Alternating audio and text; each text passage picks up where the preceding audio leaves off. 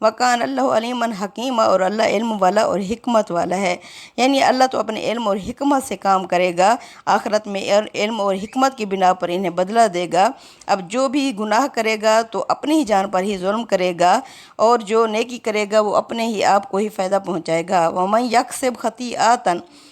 اور جو بھی خطائیں کرے گا، او اسمن، یا گناہ کرے گا، ثم یرمی بہ بریئا، پھر وہ یہ معاملہ، اپنا یہ الزام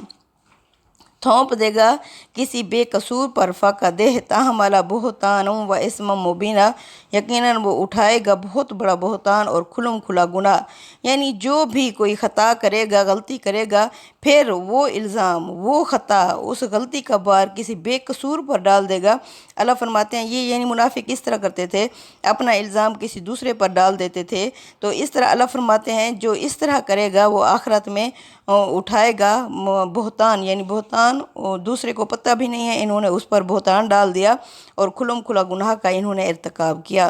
ولولا فضل اللہ علیک، محمد صلی اللہ علیہ وسلم، اگر اللہ کا فضل نہ ہوتا آپ صلی اللہ علیہ وسلم پر، ورحمتہ، اور اس کی رحمتیں آپ صلی اللہ علیہ وسلم پر نہ ہوتیں، لہمت طائفۃ منہم، تو ارادہ ہی کر لیا تھا ان میں سے ایک جماعت نے، ایک گروہ نے، ان یضلوک، کہ نعوذ باللہ وہ آپ صلی اللہ علیہ وسلم کو گمراہ کر دیں۔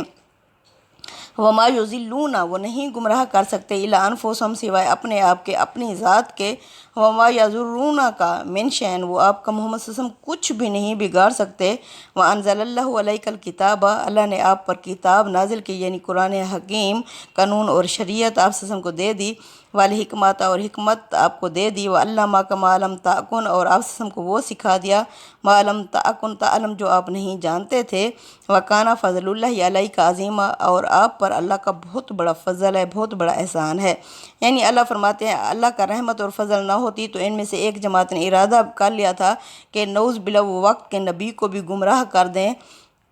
اس طرح یعنی اللہ فرماتے ہیں یہ آپ کو تو گمراہ نہیں کر سکتے، یہ اپنے آپ کو گمراہ کر رہے ہیں، اور یہ آپ سے کا کچھ بھی نہیں بگاڑ سکتے، کیونکہ ہم نے آپ پر کتاب نازل کی، یعنی آپ کو قانون دے دیا اور حکمت دے دی، اور آپ کو وہ علم دے دیا جو آپ صلی اللہ علیہ وسلم پہلے نہیں جانتے تھے۔ یہ اللہ کا آپ پر بہت بڑا احسان ہے کہ اللہ نے آپ صلی اللہ علیہ وسلم کو ان کی ان سے قیدوں سے، چالوں سے اللہ تعالیٰ نے آپ کو ان سے بچا لیا۔ لا خیر فی کثیر من نجوہم، نہیں بھلائی ہوتی بہت ساری سرگوشیوں میں، اکیلے بات کرنے میں، الا من آمر بصدقۃ، ہاں جو حکم دے صدقے کا، او معروف، یا نیک کاموں کا، او اصلاح بین الناس، یا لوگوں کے درمیان صلح صفائی کا۔ یعنی اللہ تعالیٰ فرماتے ہیں کہ سرگوشی کرنا بظاہر کوئی بری چیز نہیں ہے، لیکن اگر وہ غیبت اور مسلمانوں کے خلاف کوئی ایسے اقدام اور اس طرح یعنی کسی کو نقصان دینے کے لیے اگر وہ سرگوشی ہو رہی ہے، مسلمانوں کے اندر پھوٹ ڈالنے کے لیے، یا کسی قسم کی بھی بری سرگوشی،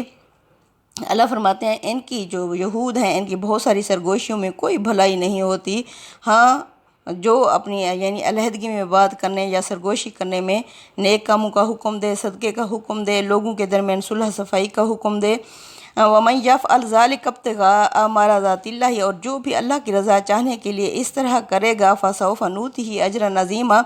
ان قریب ہم اسے بہت بڑا اجر عطا کریں گے۔ سبحان اللہ، یعنی اللہ کی رضا کے لیے جو بھی محفلیں قائم کرے گا، سرگوشی کرے گا، اکیلے میں بات کرے گا، اللہ فرماتے ہیں اللہ ہر جگہ دیکھ رہا ہے، موجود ہے، تو اللہ ہم دیں گے اجرًا عظیمًا، بہت بڑا اجر۔ وَمَن يُشَاقِقِ الرَّسُولَ، اور جو بھی مخالفت کرے گا رسول کی، من بعد، اس کے بعد، ما تبین لہ الہدی، اس کے بعد کہ ہدایت بھی ان کے سامنے واضح ہو چکی ہے۔ یعنی یہ منافق اللہ کے رسول صلی اللہ علیہ وسلم کی محفل میں موجود تھے، ان کے سامنے ساری کی ساری ہدایت واضح بھی ہو چکی تھی۔ اللہ فرماتے ہیں اس کے باوجود جو بھی مخالفت کرے گا رسول کی، اس کے بعد کہ اس کے سامنے ہدایت بھی واضح ہو چکی ہے، وَيَتَّبِعْ، اور وہ پیروی کرے گا، غیر سبیل المؤمنین، مومنوں کے علاوہ اور راستے کی، نولی، تو ہم اس بندے کو پھیر دیں گے، ما تولی، جس طرف بھی وہ پھرنا چاہے گا، وَنُصْلِهِ جہنم، ہم اسے داخل کریں گے جہنم میں، وَسَاءَتْ مَصِیرًا، جو بہت ہی بری ہے واپسی کی جگہ، رہنے کی جگہ۔ اب وقت کے نبی کے ہوتے ہوئے ویسے بھی ہدایت قیامت تک کے لیے واضح ہو چکی ہے۔ اللہ فرماتے ہیں جو نبی کے چھوڑے ہوئے راستے یعنی سنت کی اتباع کرے گا، پیروی کرے گا، کیونکہ ہدایت واضح ہو چکی ہے،